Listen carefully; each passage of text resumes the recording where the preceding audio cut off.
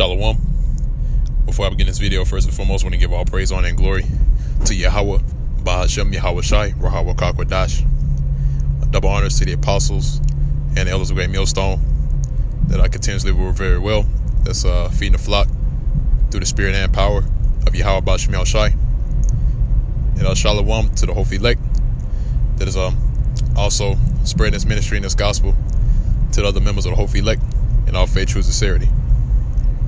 Now, the topic of this video is going to be entitled Jerusalem, the mother of us all. All right, you know, it's the especially among our people, so-called Negroes, specifically the so-called Negroes of our nation, the nation of Israel. You know, they claim that, you know, Africa, which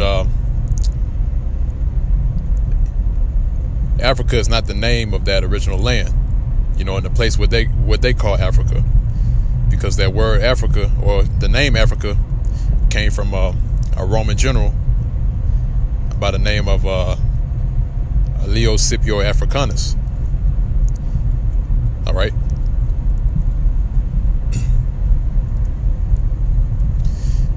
So that land, which is called Africa today, that's not the motherland, man. All right, that is, in fact, all right, I'm put it like that. In fact, not our homeland. You know, that's not the motherland. That's not where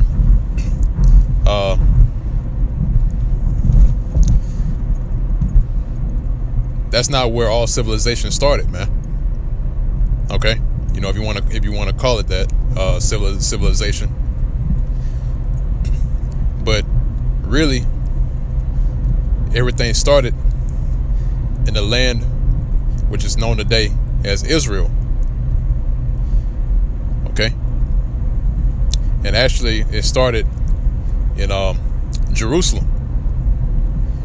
Okay, because that's why. You know, and another thing too, I'd like to point out is that, you know, our people harp about, you know, going back to Africa, you know, going back to the homeland, not knowing that the original homeland is in Israel. Okay, you know, they still try to cling on to, you know, the so-called Mother Africa, or, you know, that Back to Africa movement, which was started by Marcus Garvey. You know, our people are still on about that Back to Africa movement, in which that's just another ploy by the so-called white man, which is true biblical nationality is Edom or Esau. It's just another ploy by the so-called white man to have our people thinking that they're so-called Africans, and when they're not. All right, we are the true children of Israel. We are the true Hebrew Israelites that the Bible speaks of. Okay, and not only the so-called Negroes, so-called Haitians and Jamaicans, but also the so-called Latino tribes, or the Latinos, which make up a certain portion of the nation of Israel, and then you have the so-called Native American Indians that also make up a portion of the nation of Israel. And like I said before, you know, that movement of you know, pretty much aligning yourself with being African, you know, that's just one of the many traps and snares that Esau has laid down. Okay, but the scriptures show you where our original homeland is. All right, and it's not Africa. All right, in which Africa, before it was known as Africa, it was known as the land of Ham. All right, and then after it was conquered by Esau during the time of the Romans, then it was known as Africa. Okay, just how the land of Egypt, you know, that's not the original name. All right, that's not the original name of that land, Egypt, in which but the original name of that land is Montazarium in the Hebrew, or in the English is Mizraim. But ever since the Greeks took over that land during the time of Ptolemy, the Ptolemaic dynasty of the Greek Empire, then it was known as Egypt, all right, which goes into the word Egyptos. Okay. Now I'm gonna go ahead and jump into some scriptures to show you that our original homeland is Jerusalem. Okay, and that's where, as the people deem it, civilization, that's where it all started. Okay, that is Galatians, the 4th chapter, in the 26th verse. It said, "But Jerusalem, which is above, is free, which is the mother of us all." All right. So once again, it says, "But Jerusalem, which is above, is free." All right, which is the mother of us all. So Jerusalem, that land, is the mother of us all, man. Going all the way back during the time of Adam, and also too, after a process of time, the Lord gave us that land as an inheritance. All right, which is known as the land flowing with milk and honey, which the Canaanites were dwelling there at one point, but they got pushed out by our nation, which later became known as Israel. All right, through Abraham, and then Isaac, and then unto Jacob, in which Jacob's name was changed to Israel. And then came the 12 patriarchs, which started the 12 tribes.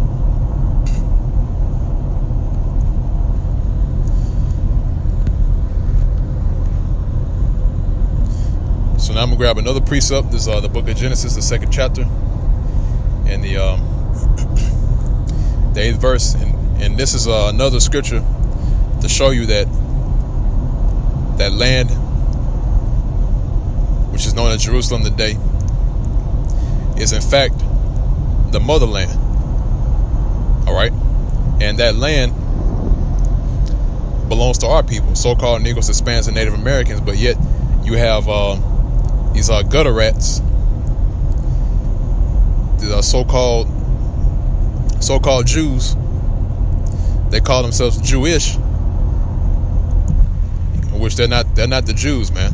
All right, I mean, it's so much that these imposters, these Khazars do, and they subscribe to show you that they're not the people of the Lord, man. All right, because a question that we always pose to them is that, if you call yourself the Jews, then where's the rest of the tribes? All right, and they can't answer that. Because why? Because they're imposters, like I said. All right. Now, in Genesis, the 2nd chapter, in the 8th verse, and see, it's going to come a point in time to where they're going to be taken out of that land, removed forcefully, starting with our Lord Yahushua, who these people ignorantly call Jesus, along with the elect of the nation of Israel that's going to be following him in that time. All right, they're going to be taken out of that land, and we're going to inherit that land once again. All right, and you're not going to have no more Pink City. All right, no more gutter rats at the so-called Wailing Wall, bobbing their head back and forth. You're not going to see any more of that anymore, man, in the time to come. All right, all that's going to be done away with. So Genesis, the 2nd chapter, in the 8th verse, it says, "And Yahweh Ba'ashem Yahushai, and the Lord Power planted a garden eastward in Eden." Now, mind you, in the beginning, during that time, everything, or should I say all the lands that you see now that are separated by the waters, they weren't like that before. All right, because back then, even the scholars confirmed this. If you want to get technical, if you want to fall back on evidence, because especially among our people, man, they lack so much faith that they like to fall back on physical evidence, man, and they rather cling on to what Esau says, man. So if you want to actually get into it, or if you want to, or let me rephrase that. If you want to look at the map geographically, how the world is, you can see that it was all one landmass at one point. Because if you take all the continents that you see, the so-called continents, these lands that are separated, and you put them all together, it's like putting together a puzzle piece. All right, it's exactly like putting together a puzzle piece. If you look at a map and you put everything together. So back in the beginning, it was all one landmass, right? And then afterwards came the flood. All right, and then after the flood, during the time of Peleg, which is one of the descendants of Shem, all right, out of the one of the sons of Noah, which his name is Shem. So out of the line of Shem came Peleg, right? That's when the earth was divided, all right? Because if you go into that word Peleg, the Hebrew word is palag, which means division, all right? And the reason why they named him Peleg or Palag is because when he was born, that's when the lands were separated. All right.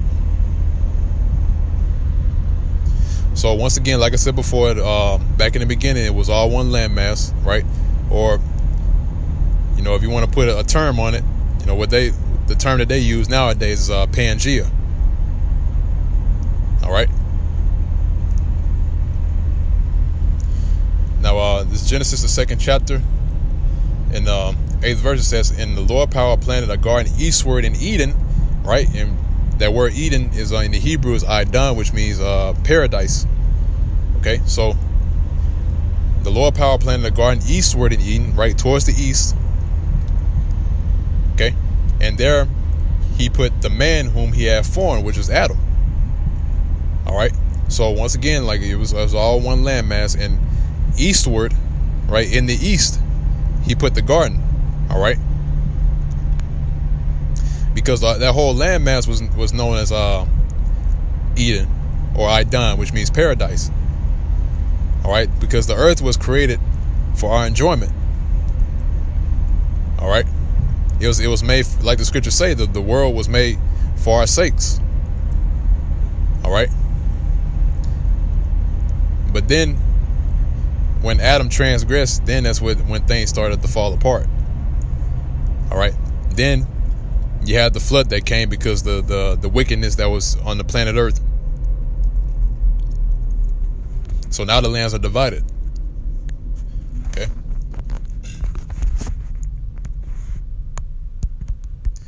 Now I'm gonna grab another precept.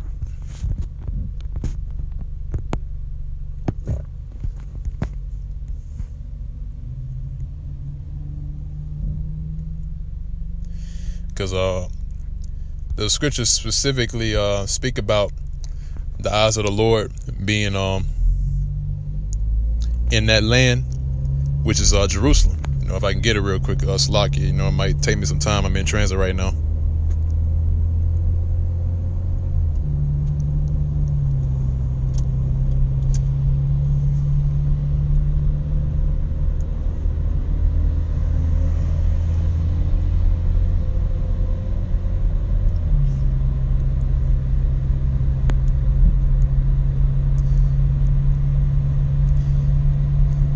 I believe this is the one. This is Jeremiah, the 7th chapter, and started at verse 14. It said, "Therefore will I do unto this house which is called by my name, wherein you trust, and unto the place which I gave to you and to your fathers, as I have done to Shiloh.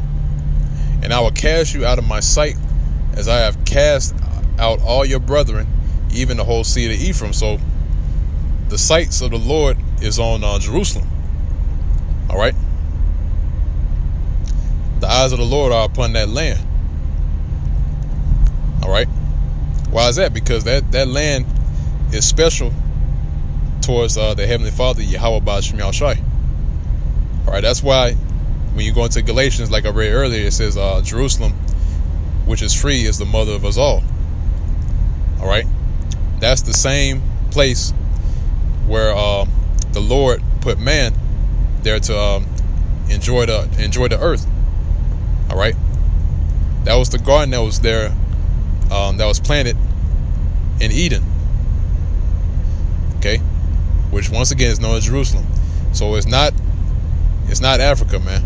All right, Africa is not the beginning of, or should I say? I'll rephrase it. Africa is not where everything started, man. All right, so you can throw that out, throw it into the garbage.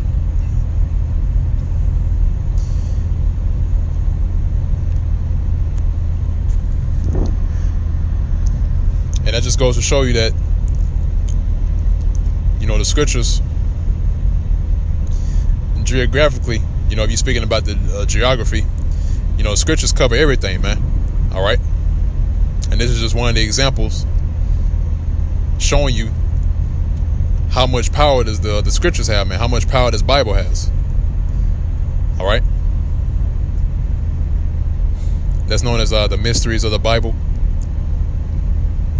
But that's pretty much it on this video, this lesson. You just want to go over this particular topic, in which this is one of the topics that we don't go into very much, but these are the things that we must needs go into,